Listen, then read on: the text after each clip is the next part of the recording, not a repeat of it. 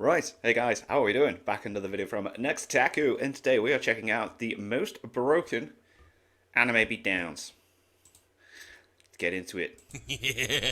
Whoa, that is a Step right laugh. up, my twisted friends, to a tale where darkness never ends. Oh, I love a rhyme. You know when you're just going about your daily business, doing things the way you've always been doing them, but then something happens and you just snap. Oh, okay. Man, I can't relate.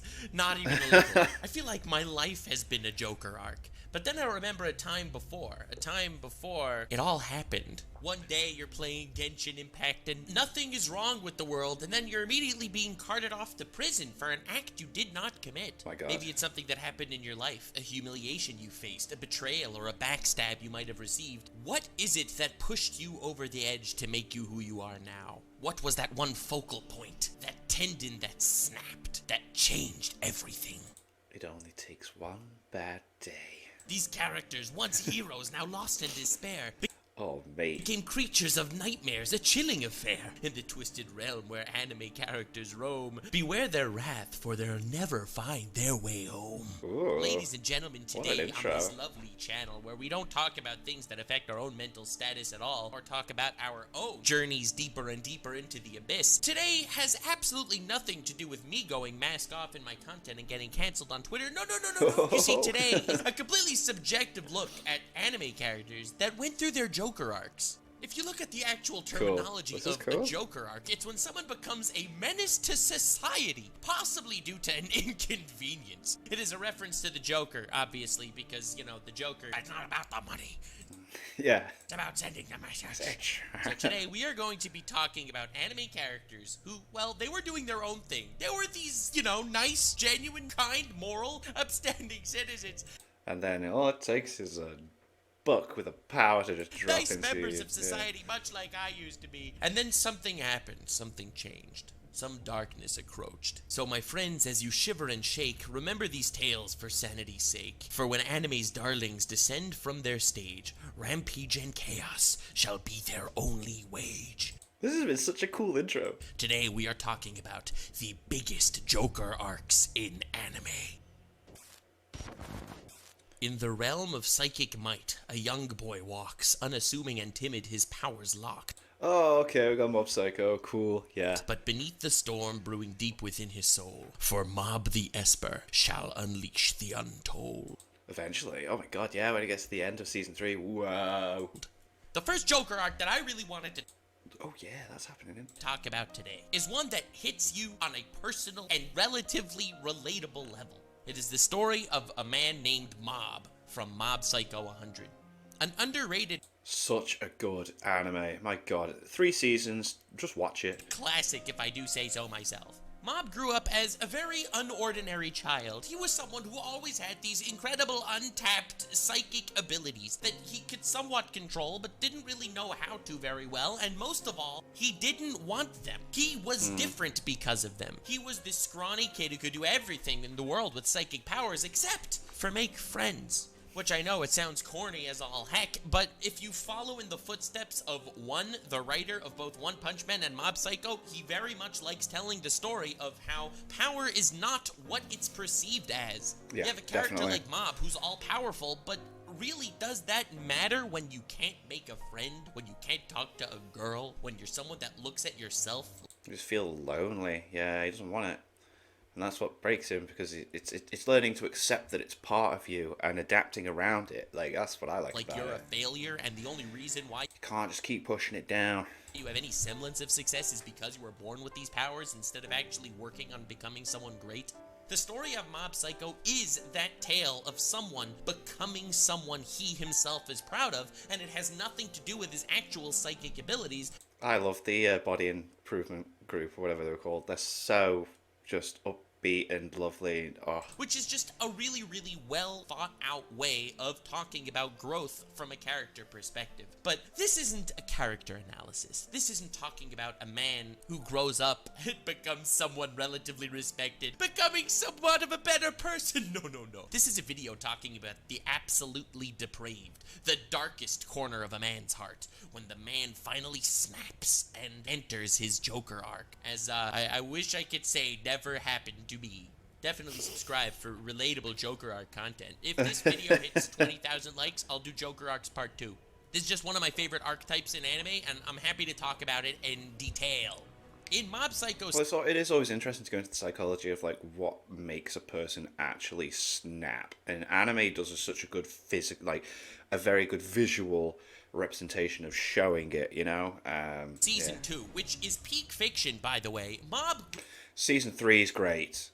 Season 2 is the best, I think. Season 3 is great, and it has a really good ending to it as well. Like, you know, a lot of people complain about endings to animes. I think Mob Psycho is just an all-round, like, you watch all 3 seasons, perfection. Returns home from a very long day. And one thing that you see that is very present in the world of Mob Psycho, or at least from the narrative perspective, is this percentage meter. Yeah, whenever cool. Mob gets worked up and he has less of a control over his emotions, which are the stem of his psychic power, his number rises a little bit. Yeah, it gets a little bit higher, a little close to 100%. The story's called Mob Psycho 100 because the meme is when he gets to 100%, he blows his fuse. He loses control over his psychic powers, and he can cause immeasurable damage to everyone around him. He is a ticking time bomb, and he knows it. To add to the mental stress and inadequacy that this man literally lives with every day of his daily life. It's just such a beautiful concoction of character development. Mob goes home after a long day, a hard day of work, where he's actually proud of what he is becoming. He is someone that can gain more and more control over his psychic powers. He is someone that joined the Body Improvement Club, which is hilarious because this man has psychic abilities. He can pick up a city with his psychic powers, but still, he's going to work out and try to build up some biceps because that's something he could do himself. He is all about that personal journey, that hero's journey, that journey of growth, something so relatable and powerful. And then he gets home and he sees his house is charred. Not just charred, someone lit a fire vindictively and destroyed his home. He sensed traces of psychic energy. This was done by pyrokinesis. This was no freak accident.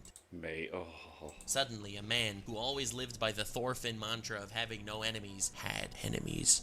Oh, yeah, Thorfinn. I have no enemies. In the past, we have seen his meter hit 100. It's the end of season 2, man. Oh, Vinland Saga's so good.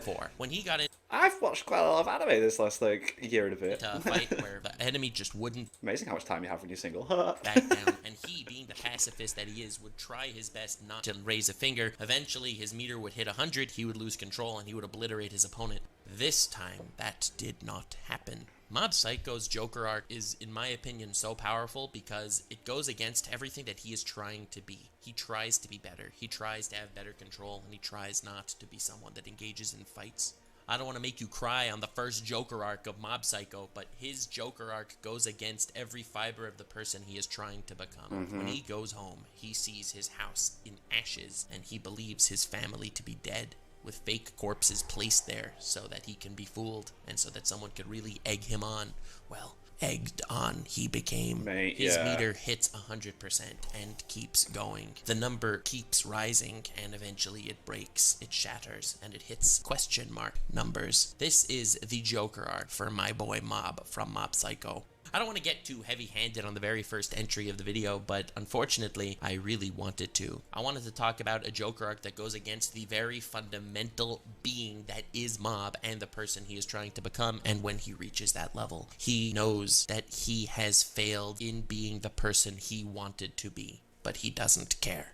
To avenge his family, he goes wild. He tracks down immediately the people that caused this fire because this man is incredibly psychic powerful dude. And essentially, for the next episode, he is the main antagonist of the story, even though we're still sort of watching it from his perspective. While he believed always to use his psychic powers for the sake of good and for others, he suddenly is thrust in a position where he is the biggest threat to anyone around him and any one of his friends. He loses who he is entirely. He becomes a shell with incredible psychic abilities and a threat to everyone, friend and foe alike. Mob eventually calms down. He eventually realizes that his family is actually alive. But what if his family would have been dead? Would he have become the person he feared most? Yeah, it's a big what if.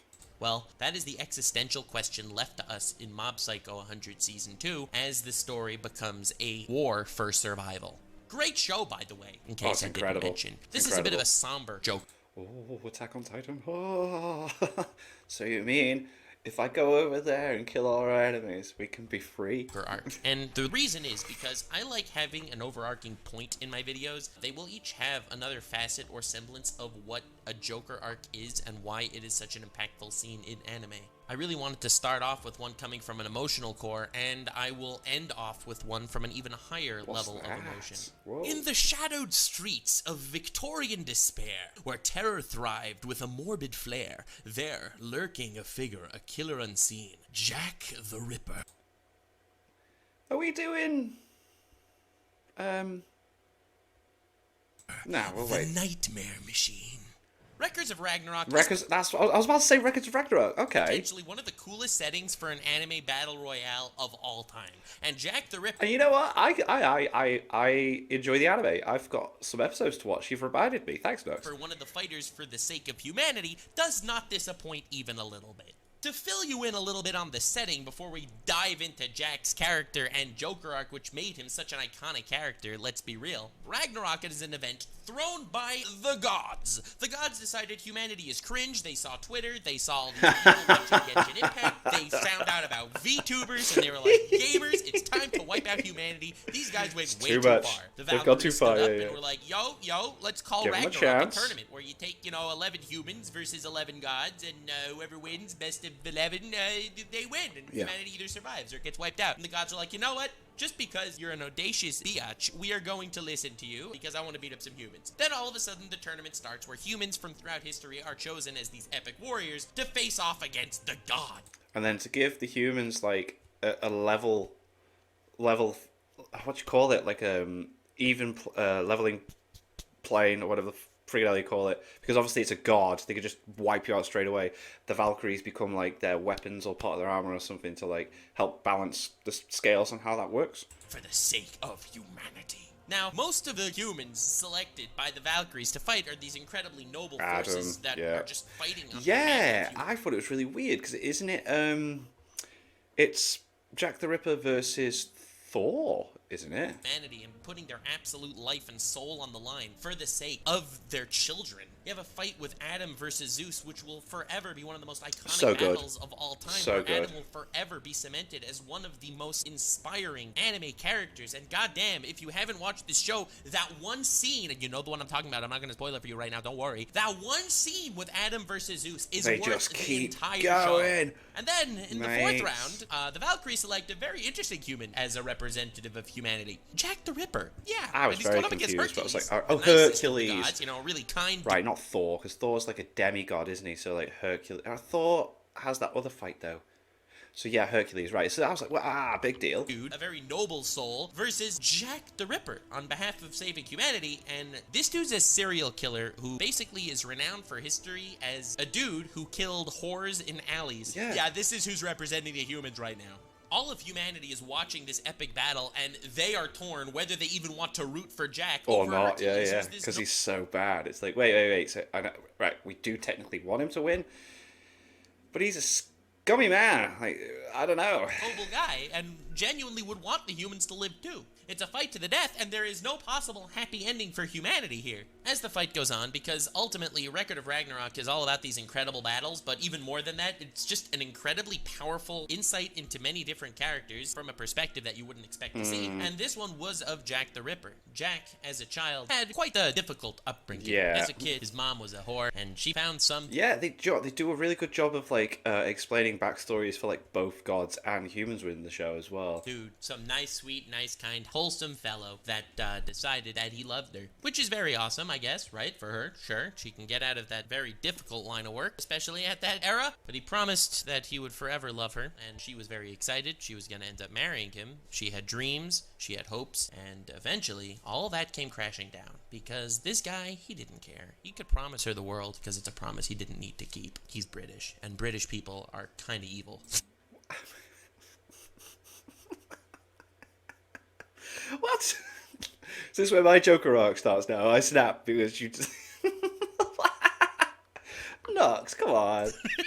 I love alienating my audience just randomly. Asshole. Every once in a while, I'm just like, oh yeah, Australians? Bro, I can trust a man that rides spiders to work every morning. Anyway, before I continue bastardizing everyone in my audience, Jack's mom has a bit of a schizo attack when it turns out he actually doesn't love her and he was just telling her all the things that he wanted her to hear so he could get his dick wet. Yeah. She has a fit. She blames Jack, and she says to Jack, you are the reason why he's not loving me, which obviously isn't the case. And Jack kind of loses his mind and sort of accidentally ends up killing his mother, which is very traumatic, I would say. But strangely enough, he felt like the entire life that he was living with his mother until now, where his mother kept telling him that, you know, she loves him and all that, that was all sort of a lie. She attacked him at this moment when she thought that he ruined her future. Even in love, she could not be trusted. She is not someone that he can truly believe in. All of society failed him. The rich failed him. Poor people failed him. And his own mother failed him. The one honest thing that he ever saw in his life until this point was the fear in her eyes right before she died. Yeah. And something awoke in Jack. Something snapped. Jack wanted this feeling again, a feeling of honesty, a feeling of trust, and you can only trust a dying man. Wow, or woman. You see, unlike a lot of people on Twitter, Jack the Ripper, advocate of gender equality, kills men and women. Absolute mad lad. Right, okay, there we go. And thus begins the reign of terror, the endless night, and the endless plight of Jack the Ripper. As he's killed so many people, including the person that his mother was planning on marrying, because why the hell not? He killed all these other people, might as well kill someone that he actually didn't like. Jack the Ripper, very famous serial killer in history. You should probably read about him. And here he is today. It is kind of vindicating in its own way, because right now, the hopes of humanity are thrust upon the shoulders of a man who everything he became in life was due to slimy trickery sneaking around because of his completely warped perception of humanity. And here he is, the man shunned by all of humanity to the point that he had to freaking snap and go mask off Joker art. This is the guy that humanity is relying on for their very salvation. And he uses every dirty trick, sneaky maneuver up his sleeve. He's lying, he's cowering, he's just tricks and traps all over the place. Doing everything that he possibly can. He gets absolutely brutalized, and he does it for humanity. Ultimately, he wants to see that fear in Hercules' eyes before Hercules dies. And that's something that he never sees. A man as noble as Hercules can almost restore Jack's faith in humanity. In the madness that is Jack the Ripper, you see a serenity that is bone-chillingly terrifying, which makes his almost calculated Joker arc one of the most terrifying sequences of character development in anime. In a world alight with flames ablaze, a man emerged, casting fiery haze, with Full Metal Alchemist Brotherhood. The golden eyes that sparkled bright. Roy Mustang, the flame alchemist, took flight. This is a man that needs no introduction, and this is definitely one of the ones that made me inspired to make this entire video.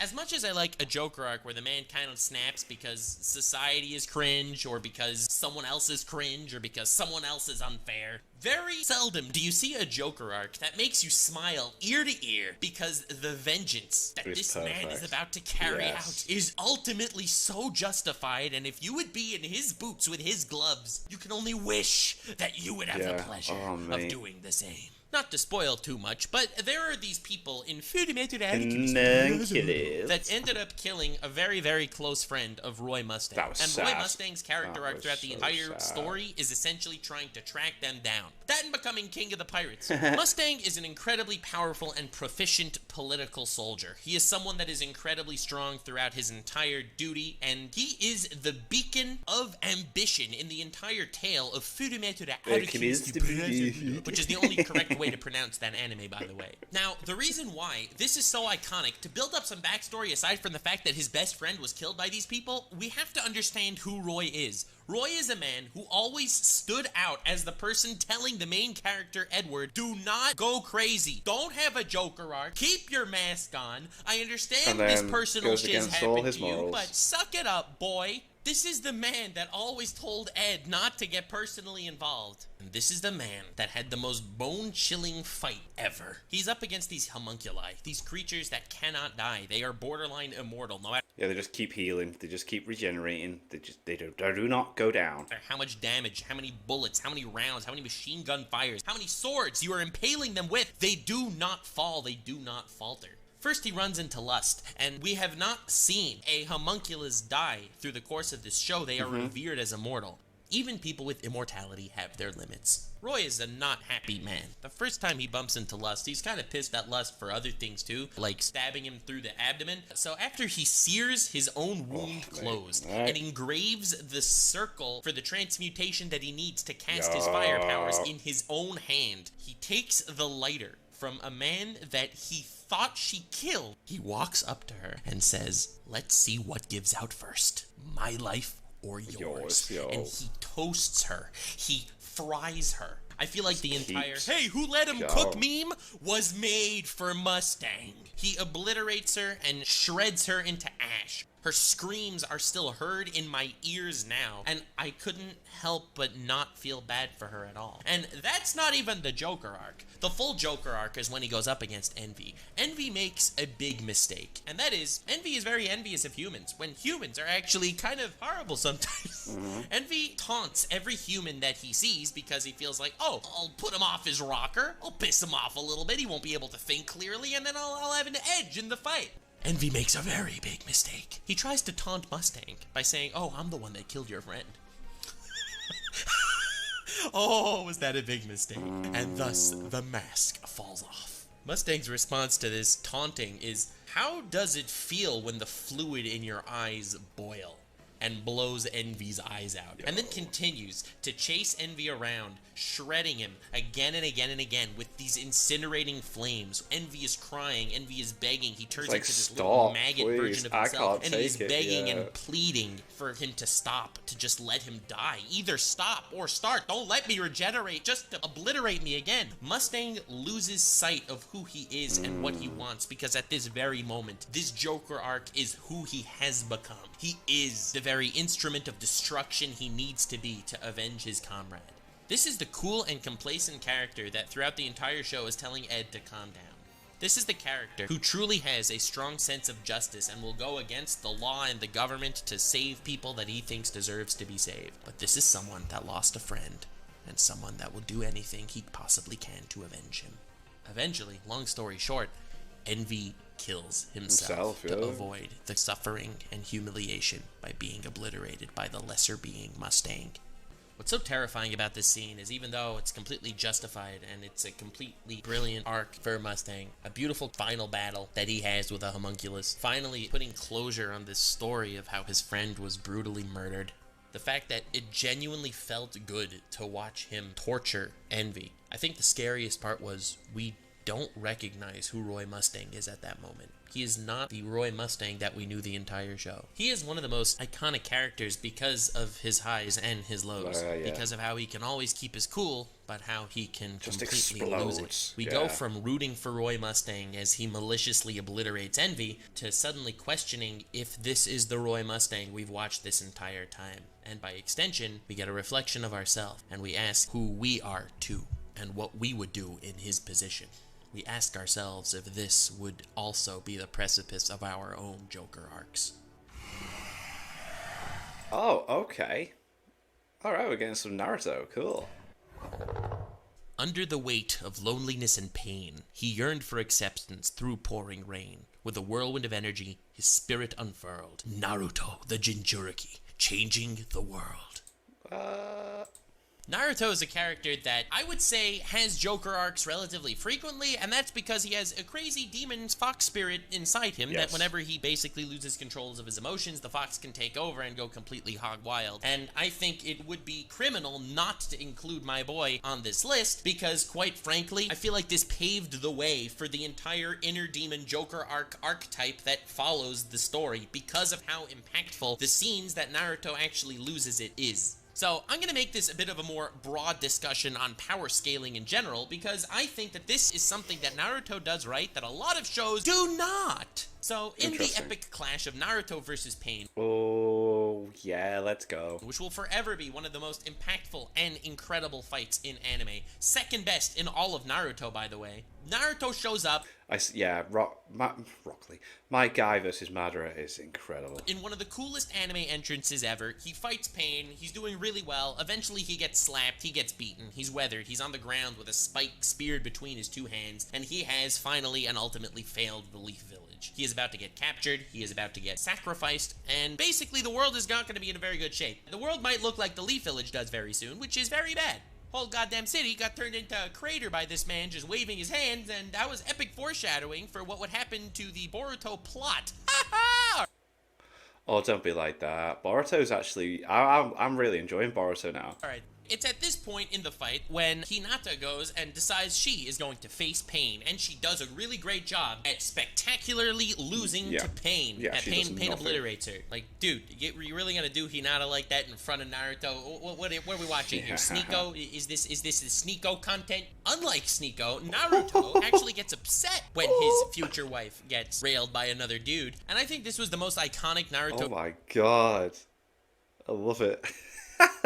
Joker arc, because this is when he loses it and the Nine Tails basically completely takes over, grows like Nearly. 8 tails, goes wild, has some pretty wacky animation, and beats the crap out of Pain, leaving them in a position where Naruto could eventually win the scuffle and defeat the main Pain body with Talk no Jutsu like everyone likes to see. The point that I'm trying to make is this is a really good way to power scale a character because more often than not, some crazy emotional thing will happen and their emotions will give them a power boost that will allow them to win a fight. I really like when that's all explored in the actual show.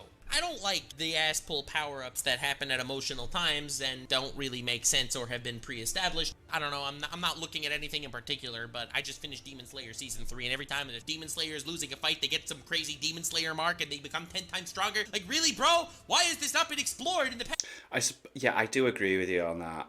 Like, it does seem to be out of nowhere with these moments, like, but that last episode. This is how you do it. The Nine-Tailed Fox has been a force of nature that people have been talking about for... established since the very start, yeah. Literally the entire show. Episode 1, we were introduced to the carnage of the Nine-Tailed Fox that the 4th Hokage needed to sacrifice himself to stop it. Like, we have learned and heard about this forever, and now we are seeing it at 8/9 of its full power, railing and wailing on Pain, throwing him around like a rag doll, and actually giving Naruto the tiniest ability to pull through and win the fight at the end. I think that that's fantastic writing, a fantastic emotional reason as to why he would actually go full Joker arc, and despite being traumatic, it was an overall upbeat fight that he managed to get back to his wits by the end of it because he finally learned that the 4th Hokage was his father. Overall, this is one of the greatest Joker arcs in anime, and I know a lot of people like to wail on it because either the animation was bad, or because he didn't deserve to win the fight, or because some other random BS reason. I will go as far as to say that I think this was a really good emotional climax, a really great way to introduce the Nine Tails once again into the story, and all in all, the Naruto versus Pain fight was great. So this isn't a Joker arc that lasted over hundreds of episodes, over dozens of arcs, over a while. This is a Joker arc that lasted for an hour, but it doesn't undercut its prevalence or importance to the story even a little. A fateful encounter, a ghoul's death. Okay.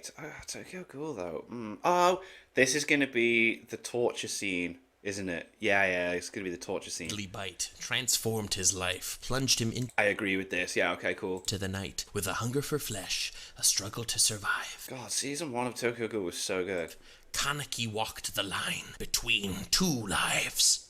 Kaneki Ken from Tokyo Ghoul will always have a fantastic Joker arc. I wish that I actually read the manga to this one, because Tokyo Ghoul Season 2 and 3 and 4 and 2.5 was honestly one of the biggest tragedies in recent history. Really was, man. I wish I read it as well. Although, I do like the scene at the end of, is it Root? I can't remember.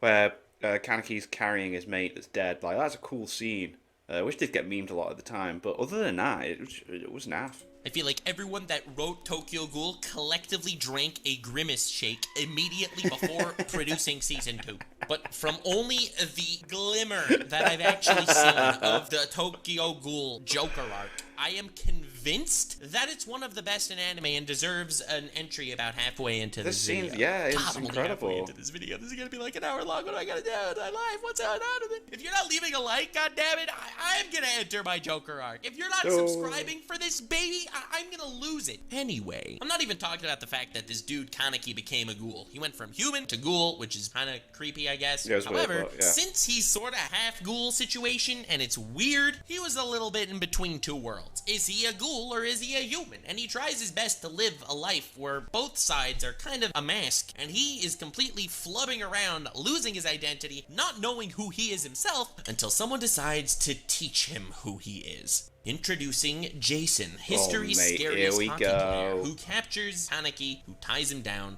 and who tortures him. And I don't mean tortures him like he just slaps him up a little bit. No. No, this is brutal. This is so goddamn brutal. No.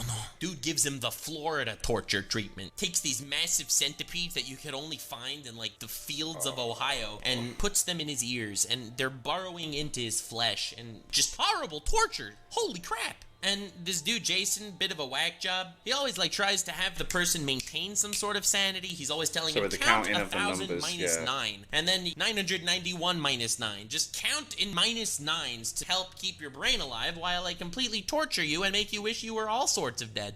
As Jason leans into Kaneki and says the fateful words, I am the physical embodiment of what Twitter For You page does to your Alright. mind. Kaneki is writhing in agony, and eventually, Kaneki cracks. Eventually, his mind is broken, and he becomes a true ghoul. He truly finds himself, and the himself that he finds is the Joker arc version of the himself that he was. Kaneki escapes from his shackles. Kaneki fights Jason, who is an incredibly powerful hockey player. So, definitely not from the Montreal Canadiens hockey team, which, as much as they like to try, they will never win the Stanley Cup. But I think there's a random thing. Like, Nux is from Canada, isn't it? So let him have his, if he's going to mock me for being rude. Try as he might, he stands no chance against the monster that he himself created. The Kaneki Joker arc is overly impactful because his first act of absolute divine retribution is destroying the man that turned him into who he is. And it's beautiful. I love me some revenge Joker arcs. They just make me happy. But as he's killing him and as he's eating him, he asks Jason, hey Jason, what's 1,000 minus 9? Yeah. Just the laughter that he hears from Kaneki as Kaneki consumes him while thinking 1,000 minus 9, his own torture technique. It just sent chills to my bones. Doesn't help that now every time Kaneki does his evil laugh, giggity, giggity, giggity, it's just terrifying. Horror struck. This man has become a shell of his former self. What's so ironic and terrifying is that Jason, through what he's done, he has created a monster that reflects himself. Now, I don't exactly know what happens after this point because I'm so confused as to all the adaptations of the following. Yeah, the anime's so weird because, like,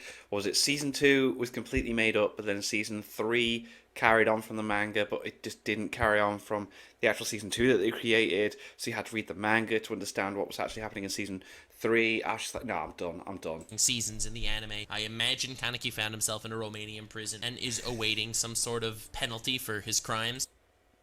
So many random references to so much drama going on. But that's only speculation on my part. That one fight scene, Kaneki versus Jason, with the Unravel soundtrack blasting in the background, is just one of the scariest fight scenes ever, because what happened to Kaneki became the person that was torturing him. And I feel like that evolution is not something that's too far from what the reality would be in many of these situations. A lot of people that have crimes committed towards them end up committing those very same crimes, whether it's crimes from a sexual perverted nature or it's crimes on a much more dogmatic abuse. So often the victims become the criminals in the next generation, and I feel like we literally saw a representation of that mental scar happen in real time with Kaneki. It's very satisfying watching him torture and destroy Jason in the way that he was tortured and destroyed, but it is also just as equally terrifying watching his vindication make him become exactly the person that he was trying to defeat.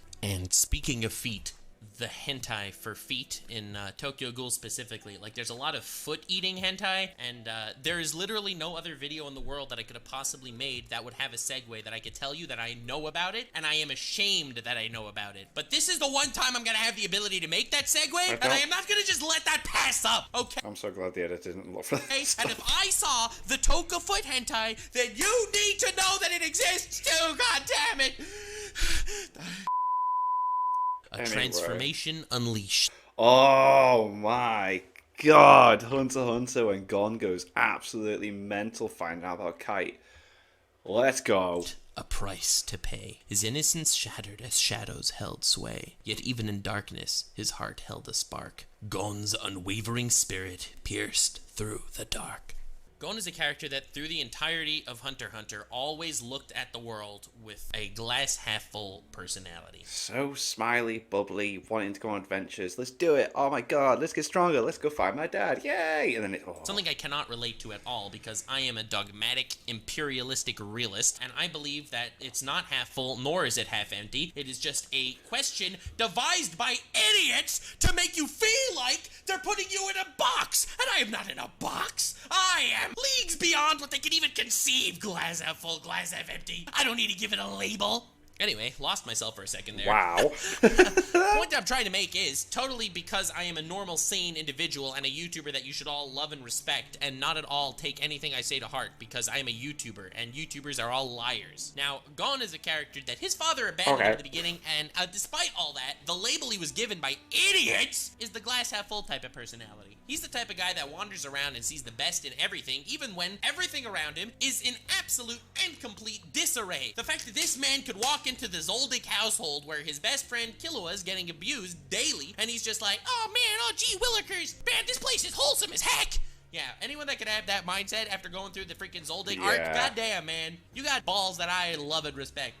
Anyway, Gon, bit of a freaks, goes around doing all the wholesome stuff and eventually finds a character by the name of Kite. Yay, now, Kite is like his godfather, sort of. Spoilers to anything somewhat nice that happens in Hunter x Hunter, it turns into tragedy. Yeah. Faster than EDP found tragedy when he meant to find a cupcake. Kite is eventually killed by Pito, one of the Chimera Ants, which is a race of incredibly powerful creatures that is a threat to the world, and they are dispatched to eliminate them.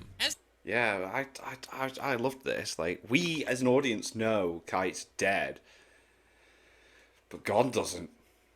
And he thinks he can still go on this journey to save him. Oh the arc continues, and Gon wants to avenge Kite's death. He eventually kind of loses it when he comes face to face with Pito again. Originally, he asks Pito to try and heal Kite, but obviously that cannot happen. Kite is completely lost. And when he finally realizes that that is the case, he activates something called a Nen condition. The power system in Hunter x Hunter will forever be regarded, in my opinion, as the greatest power system in all of anime because of the condition aspect to it. Yes, there are many different types of Nen, but we're not getting into all the nitty-gritty, or this will be an hour longer than it even is because Nen is incredibly complicated. Yeah, it is, but it also makes sense. But one aspect to Nen that I really like a lot is the conditional aspect, that people can place conditions upon themselves to limit themselves in certain areas so that they can kind of squeeze out more energy in those slim areas that they could use it. A simple example, Kurapika has his chain powers, and he has limited his chain powers with to just work on the Phantom Troop. The condition that he can only utilize it against people in the Phantom Troop. Since he can only use it against them, and he is limited by the fact that he cannot use it against anyone else, it becomes exponentially stronger, specifically against them because of the condition that he placed upon himself.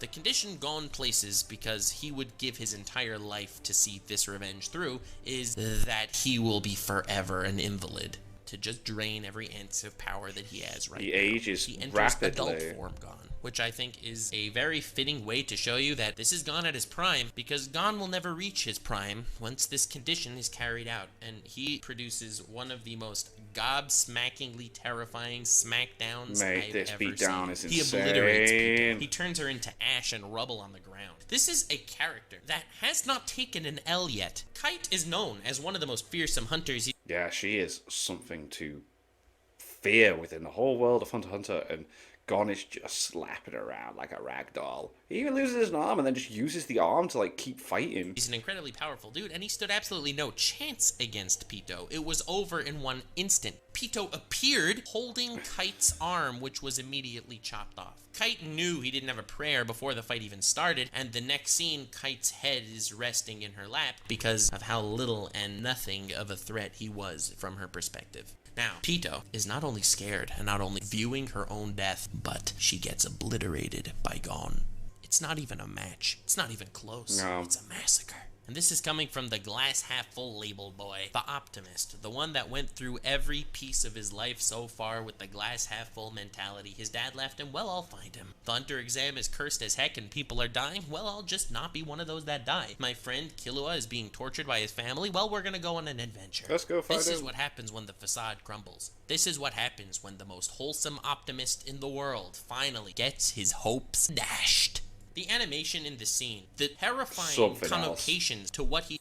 It is something else. You see the perspective of Pito here is you're seeing an absolute monster. It's just, whoa. is doing, becoming this person that he never was when he completely enters his Joker arc, when he completely fights Pito in this scene. You do not even know who you're rooting for. Looking back at Gon from the lens of the person that could become a being and creature of such darkness, depravity, and cruelty, you can start to understand who Gon is through another lens for the entire show. The reason why this Joker arc is so powerful is because this is right beneath the optimistic facade the entire story until this point. When you're introduced to Gon in the beginning, he is not someone optimistic that he sees people dying in this screwed up Hunter exam and he's just like, well, I won't die. Well, what if he isn't that wholesome kid? What if he's a freaking sociopath and he doesn't care that all these people are dying? Well, you know, he keeps going and he sees Killua as being tortured in this completely messed up whack house and he's just excited to go on an adventure with Killua. Well, maybe it's not that he's glass half full that he's going to go on an adventure with Killua. Maybe he just doesn't care that Killua spent his life being completely tortured by his completely disturbing, dysfunctional family, like it walked right out of a Game of Thrones episode. What if the only thing that was ever on Gon's mind was himself? What if this Joker arc just revealed another side of Gon's personality that he always had, but that never actually was tugged, pushed, or prodded into the position where it needed to actually reveal itself? What if Gon truly is the Joker arc, and the wholesome boy we've been watching this entire time was a lie? What if that's the facade? Yeah. At some point, you start to forget who's who. And I think that's the case with a lot of people entering their respective Joker arcs. More often than not, yes, you're going to get some crazy whacked out instant that changes who you are for a moment because of some emotional craziness that just Fight happened Club, in your man. life. But what if that's the person you Fight Club's such a freaking good movie, man. always were? What if that's the person that was just being suppressed, but that's the real you? And I think that's the question that gets posed to us when we see Gon at this very moment. And I will never talk about the scene without mentioning possibly the greatest writing decision in the history of manga. But the fact that the main character in the Chimera Ant arc, Gon, and the main antagonist in the Chimera Ant They switched. They totally switched characters. arc, Meruem, are complete and polar opposites, where Gon is the story about a wholesome kid who descends into depravity, and due to all of the horror that he witnesses, he becomes a disgusting, cruel, and vindictive monster, whereas the antagonist Meruem, a cruel, disgusting, Starts and off like vindictive that, yeah, monster, and as he then starts to learn more about the world, starts to becomes act more human. like a wholesome and glass half full type loving kid. What is the human and what is the monster? And that is the question posed to us as we are introduced to the Joker arc of Gon Freaks from Hunter x Hunter. From the stars she descended, a creature of wrath, her powers unleashed, leaving trails of bloodbath. I don't know this one. With a blood-stained umbrella, her weapon of choice, Kagura danced in anguish, her enemy's sheet voice. I'll be honest, this is one of the Oh, from Gintama. Okay. Yeah, I really need to watch this anime, man. Jesus Christ. entries that I did not really necessarily want to include in this video, but then I decided the video would not be done justice without exactly this. So, as I've mentioned, I try my best to hit any certain topic from as many different angles as possible, because even though this is kind of a lighthearted-ish outlook on some of the most epic scenes in anime that we could kind of relive them, it is also a bit of a breakdown on what makes this exact trope so goddamn impactful and great. And I could not do it justice without including my girl Kagura from Gintama. Now, Gintama is an anime very close to my art, which is partially why I never really made videos on it. I kind of feel like it's mine, and I don't really want to expose it or make it my job or anything like that. So I've really kind of been avoiding talking about it in detail, especially because I feel like pretty much no one's seen it. I have never met anyone in my life that has seen the whole Gintama, and it becomes incredibly difficult to talk about it without spoiling any of the actual I think once I finish Black Clover, I'll start watching Gintama. I want that. I want to have one really long running show in the background of watching everything else. So yeah, I've nearly finished Black Clover. Heartfelt moments. It constantly toggles from this incredibly light-hearted atmosphere of these people just getting by doing their daily lives to these incredibly high points of emotional tension and character-driven narrative, and I don't want to spoil any of the actual high points. So I'm going to be talking about Kagura with the utmost respect, talking about her Joker arc, wink wink, but also without actually spoiling any of the character-driven moments. And the reason why I wanted to talk about this in particular is because Kagura is this cute little alien girl. This cute girl with red hair, she's doing her thing, she's going around, she's always jolly and happy, until she's not. See, unlike most of the characters on this list, where a pivotal moment in their life snaps something within them and unleashes their inner Joker arc when they can go mask off and go completely hog wild. They change and they hate the person that they become. Kagura is not exactly in that scenario at all. Okay. You see, Kagura comes from the Yato clan, a clan of the strongest warriors in the entire galaxy, and despite the fact that she's this jovial girl, she's constantly just super strong, super badass. I just keep remembering the one little gender bender arc where these aliens change the genders of all the characters in the freaking world. You cannot describe this show in any meaningful context, okay? The whole arc was like 2 episodes. It's not like it was a big deal, but I keep remembering how she gender bends from like this cute, tiny little alien girl to this absolute massive behemoth Giga Chad Yujiro Hanma lookalike with like a massive beard. And she's like, I saw this thing dangling from my abdomen, referring to her penis.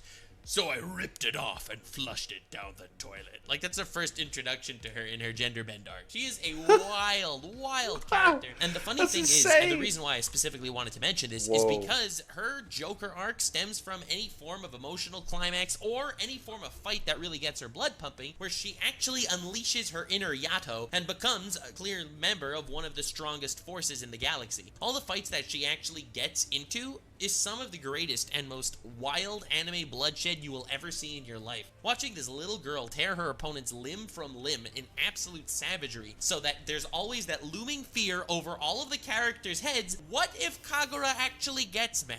What if she goes serious? I'm an incredibly powerful fighter, but what if I do piss off this lighthearted, jovial, laughing girl? She can obliterate me. And while it definitely resonates as far as a comedic point in the series, it also resonates as an emotional one because she likes who she is around the Odd Jobs members, and she likes who she becomes as a member of Gintoki's family of whack jobs. Anyway, the reason why I'm mentioning this again specifically and hammering down that this is a necessary inclusion is because Kagura's Joker arc is giving into her own genetics. She is genetically tuned to be a badass, fearsome warrior, a bloodthirsty demon of the battlefield. And more often than not, she ends up caving into that in dire situations, and it's a pretty great thing very often that they have someone as monstrous and savage as her on their side, but she doesn't like that side of her. Her Joker arc is just her actual true self.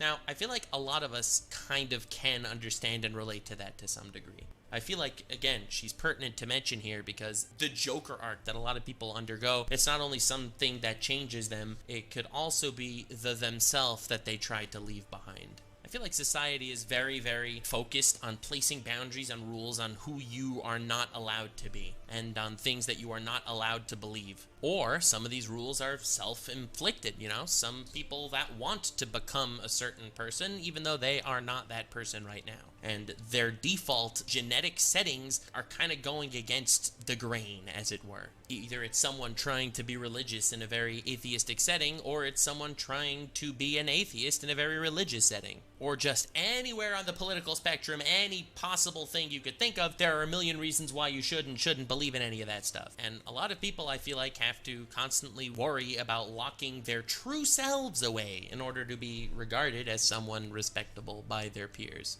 This is in a way sad, and it's a way, I guess, progress, question mark? But I do think either way, it does ring true in regards to Kagura's character, and I really like her Joker arcs where she does go savage because they are absolutely hilarious, and watching people get brutalized on screen is Those why look I'm cool. an anime Wow. fan Go ahead. today. Jesus I can Christ. talk about all this deep psychological shiz, but ultimately, is this man putting his foot up someone else's ass? Because that's what I'm into. In the depths of darkness, Sasuke, of course. Of course. where vengeance resides, a lone avenger emerged, his heart deprived. A prodigious shinobi, his soul trapped in moss. Sasuke Uchiha, consumed by the pain of loss. So, I really wanted to throw Let's the wool go. over your This eyes is a little classic. bit because I had this whole segment for Naruto Yeah. earlier in the video. The reason why I waited this long to introduce Sasuke's Joker arc, which I think is way wilder, is because, frankly, I just didn't want you to see it coming. I wanted you to be like, oh, hey, you talk about Naruto and not... Be honest, yeah, he's already mentioned Naruto, so I thought, right, okay, no, he's not going to mention this, but yeah, cool. All right, well done. You tricked me as well. Sasuke, I guess. But no, turns out I have no rules. I know everyone always limits like one anime moment per video because I'm not gonna be that guy. Well, I am that guy. This is my Joker arc, and I will include two people from the same show in this video. I make Take no that. sense anymore. I'm delirious. I like Sasuke's Joker arc because it turns him into a person that is the person he always kind of wanted to be. Yeah. Unlike the Joker arcs from a lot of other characters where they have their morals and ethics and they have to like throw them to the side to unleash the High School beast within DxD, and, go you know, ahead. take revenge for a fallen comrade or something. This is the person Sasuke always wanted to be, and the Joker arc was almost a calculated decision on his part. When he is slowly but surely realizing that he is being surpassed by Naruto at the beginning of the prequel, and he ends up getting his curse mark and running into the forest with the Sound Ninjas to get trained by Orochimaru, also known as the albino pedophile racist. He knows that he is going off the deep end. He fights his friend, he considers killing him, but he doesn't because he still has some good inside him. He ends up finally killing Orochimaru before Orochimaru is able to kill him. He steals a whole bunch of Orochimaru's test subjects. They form Team Snake, then they join the Akatsuki, and they form Team Hawk, but that is only after he goes on a total rampage. He kills Deidara, Itachi kamikazes, he learns the truth, and the real Joker arc only begins then. You thought he was goes already through delirious so with his much. vengeance in mind, wanting to take revenge against his brother for destroying his clan, so he tries everything. He becomes evil, he rebels against his village, he betrays everyone he knows, he throws everyone to the sidelines to become a force of nature. He starts killing people that he thinks are relatively not nice people. He finally fights Itachi, he finally has Itachi dead. He learns the truth that Itachi was actually the one that was sort of betrayed by the Leaf Village, Yeah. kinda. Sasuke figured out he had to become a whole double agent, kill his whole clan because his clan was gonna commit a coup. You know the story! Itachi turned out to be not only a good guy, but one of the top 10 anime characters in the history of anime, and if you disagree with me, then frankly, you need to rewatch Naruto Shippuden, because it's a masterpiece. Yeah, Itachi's boss. And then, when Sasuke finally learns everything Itachi did, Itachi ended up needing to do, it turns out, Sasuke decides, yeah, I'm gonna take revenge against the Leaf Village. Which I still think is one of the most asinine decisions he could have made, but I totally understand where it came from, Yeah. looking at it from his perspective. Yeah, like, it makes sense within, like, what he decides, but when you look at the story, it was like, oh, is this really where we go next? The Joker arc that Sasuke went on was when this man had the audacity, the chutzpah, to show up to the 5 Kage Oh, summit yes. and challenge the strongest ninjas alive to a death battle. The fact that he shows up and he's fighting the Raikage, and then he shows up to fight the Mizukage, and then he's tossing blows with Gaara, he chases Danzo down. That was the Sasuke Joker arc. And what I find ironic about the Sasuke Joker arc, and I don't think it's weird to put that Sasuke definitely went through his Joker arc at this moment. A pivotal thing happened in his life, set him on a course of action. He became a menace to society. He checks all the boxes of Joker arc, except the reason why I'm saving him to the second last spot on the entire video so we got is one simply after this. not only on a level of magnitude, not only a level of scale, not only because I still jizz every time I see him show up to the 5 Kage Summit because it's one of the most epic anime entrances of all time. God damn it, Naruto showing up on the Toads Against Pain got nothing on this. But frankly, the reason why I'm mentioning it here is because unlike every single other Joker arc on the video so far, and now let's think about a couple of them, shall we? Gon freaking pissed off about revenge. You know, Roy Mustang freaking pissed off about revenge. Mob gets kind of freaking pissed off sort of about revenge a little bit, whatever. Jack the Ripper has his weird twisted mentality that changes him as a person. Kaneki completely went crazo. The characters that we've talking about so far are characters that due to the event that happened and transpired in their life, they, whether consciously or unconsciously, made the decision to enter their Joker arc and Yes. became a different person than who they were. The reason why I'm mentioning Sasuke right here is because this is the first ever on the list contained and controlled Joker arc that a character's actually gone through. This is a man that isn't acting rashly and isn't doing the crazy thing at the moment just because of some impact in his life that made him go completely haywire and change who he is. This is very clearly the same dude that we were introduced to in episode 2 of the show. Yeah. What's so terrifying about Sasuke's Joker arc is that I don't think he even necessarily regrets any of the decisions he's made Along at the the way, time that no. he made Definitely them. not, no. I could still see him standing by all the things that he's done. Will he admit that he's an asshole for betraying the Lee village and running away to train with Orochimaru? Yeah, I'll admit he's an asshole, but the greater good was him becoming stronger. Will he regret betraying Orochimaru? No, Orochimaru's gonna kill him. Would he regret fighting Itachi? No, I don't think he would, because at the time he really thought Itachi was the one that killed his entire clan, and Itachi was egging him on to become the person that would try to take him down. Well, would he regret fighting Danzo and killing Danzo? No, Danzo's an asshole. He is the most unlikable anime character of all time, and quite frankly, he's not very handsome either. Yeah, and he's just not regarded as a Hokage when he was Hokage, which I find funny. Because whenever people do like rankings and stuff and mention the Hokages, I'm like, yeah, but what about Danzo? No one seems to accept that either in the real world and in the manga stuff. So yeah, I feel like Sasuke's Joker arc, his absolute, complete, insano, wacko style rampage throughout the entire show, was completely within his mental faculties and control, and it's why he remains as maybe one of the most terrifying characters I'm talking about today. It all is definitely precipitated by different life events, but I don't feel like they've changed him as much as they've guided him. He definitely, undoubtedly needed a spot on this list because I definitely and undoubtedly really needed to talk about this as a different perspective, as a different type of Joker arc in anime, and I feel like it gives us a different impression completely as to what going off the rails even means. Also, Sasuke is the only character that I could think of that bites a waifu. Oh my god, I'm not ready for this. No, anything Berserk just gets me emotionally, man. You had to save this for last. Branded by destiny, forsaken and betrayed, he wielded his sword, a slayer of demons unswayed. In battles against evil, his wrath knew no bounds. Guts, the relentless warrior, forever in the battlegrounds. Volume 42 is coming out in September, and apparently it's going to have a interesting announcement in it as well. I'm going to buy volume 42 because I've not read. I think I tried reading the first chapter, but I just left it. Like, because there's like two. So there are chapters out that the other guy has done, hasn't he? Following, the actual story that was meant to be happening. But I don't know. But like September something or other, we're getting like an actual like English release of the Berserk manga, because 41 was the final one that the original for me. Anyway, sorry, I don't know. That was just a random thought. In a world of darkness where demons breed, a lone warrior emerged, his scars a creed. Haunted by his past, trapped in relentless cage, Guts, the black swordsman, a man consumed by rage. Definitely.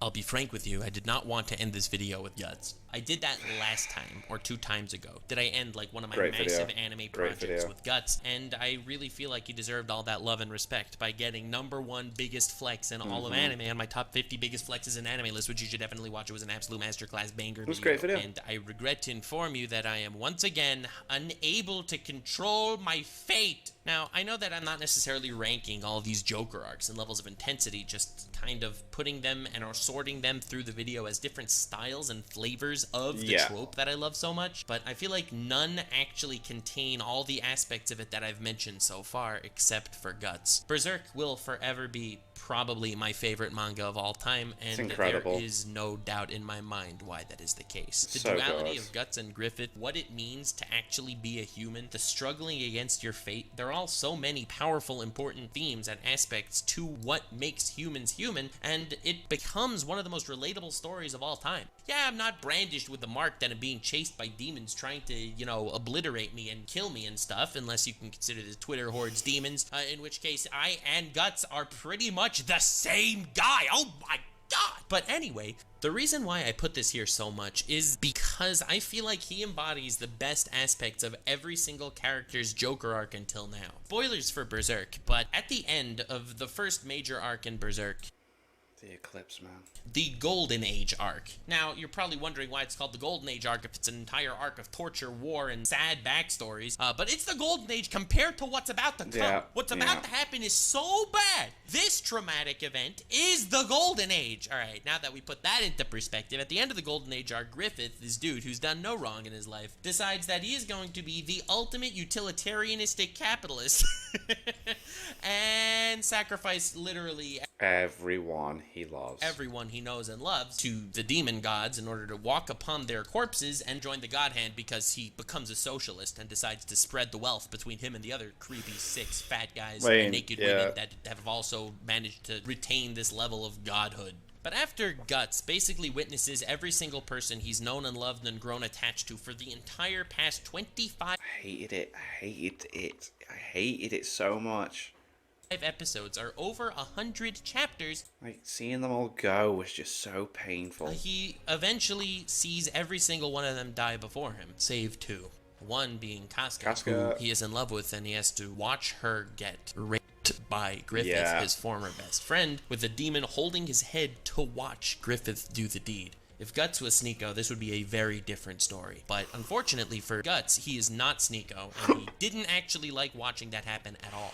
After all the torture and torment that he's gone through at that time, he has a brand upon him that he will constantly be chased by demons to become a sacrifice, and he is forced to live his entire life as a wandering black swordsman from place to place, constantly finding the absolute worst of demon kind trying to kill him. And Casca it's so traumatic. She just has no memory of anything or who Guts is. And destroy him, and he has to fight them. As far as tough lives go, this man, top of the totem pole. Yeah. Now, during the Black Swordsman arc, I would say that's his Joker arc. He kind of leaves Casca on some farm because Casca's mind is completely broken and shattered by all that. I guess that's what happens to you when a white guy gains ultimate power. Look at that. Political commentary right here on the Nux Taku channel. That's not a reason to survive and subscribe. I don't know what is. So Guts is going against the grain. He gets into his Joker arc phase. He cares about no one and goes wild. Kills people. His arm that gets chopped off, which he chopped off himself because he was kind of going haywire, he ends up replacing it with a machine gun crossbow / bazooka, which is incredibly badass. He ends up getting the Berserker armor, which is an armor that basically impales him at all sides and forces his bones together in order to continue fighting and battling. He's literally being torn limb from limb, but it will pull out every ounce of his strength and tear him to shreds on the inside so he can fight at his absolute 100% potential. Man has a very, very hard life before that, and his life only gets harder. I'd say his Joker arc is basically the entirety of the story post-Eclipse. But what's so wild is, slowly but surely, he is starting to learn how to contain it and control it. The Joker arc is no longer his enemy, it is who he has become, and it is someone that he is learning to befriend. His inner beast that keeps taking over is something that he realizes is just actually kind of himself. And I really appreciated that because there are two entirely different perspectives on the inner beast thing that keeps happening. I've seen Berserk review channels talking about the Beast of Darkness as a separate entity, where I always viewed it as a metaphor of his own carnal self, and I think both of those could be true interpretations of the Berserk story. Another reason why Berserk is just so goddamn good. It's just so good. But brilliant. If you look at all the reasons and all the things that I've had on the list so far, all the different Joker arcs I've talked about, you'll notice something kind of crazy. Mob goes wild where he feels like everything was taken from him. Jack the Ripper starts his Joker arc because he was lied to his entire life. Mustang, it was revenge. For Naruto, it was an explosive emotional response. For Kaneki, it was absolute torture. For Gon, he was willing to put his life and very future on the line for his result. For Kagura, it's in her very genes. And for Sasuke, it was planned out with some form of mental control over every action that he's taken. Guts is the culmination of every single one of these Joker arcs combined. Guts lost everything. His best friend lied to him. His best friends were murdered. It was an emotional explosion. He was tortured. He put his life on the line every single day. It was in his very upbringing, and he made the conscious decision to continue struggling and fighting for a future. Guts is the perfect character. There's no amount of praise I could give to this man. That would be too much. Guts from Berserk will forever be my favorite protagonist in manga history. Incredible. And Berserk will always be my favorite manga. The Joker arc isn't your enemy. Your enemy is learning to control it. Everyone's different. You gotta be yourself, and you gotta learn how to control the you that makes you your best. Everyone goes through shit, and everyone gets changed by everything around them. The only thing you have control over is how you move forward. Hope you've been enjoying the resurgence of actual God tier content over here. Hell Thank you so much for yeah. watching. I hope you enjoyed. I put a lot of love and soul into this video, so if you want to share it around or leave a like and subscribe for future stuff, it would be appreciated. And with that said, remember to stay weird, fam. fam. Ah, that was great. That was really good. That was a good video. That was class. Oh, man. See if we finish with guts, man. Any discussion about guts makes me just like get emotional. Yeah, that was cool. I like that Nux is doing every now and then like a random anime video related thing, because back in the day that was like my favorite thing to check and react and like, you know. But anyway, thank you to my patrons. If you want to have your name at the end of every video I upload, link in the description to the Patreon page. $1 a month is all I ask to support the channel. It's greatly appreciated. Thank you guys very much for that, and thank you all for watching. What do you guys think of that? What do you guys think of this? Click like, subscribe if you haven't already. Leave comments down below. Let me know what I should watch in future videos. See you guys all, you guys next time. Bye.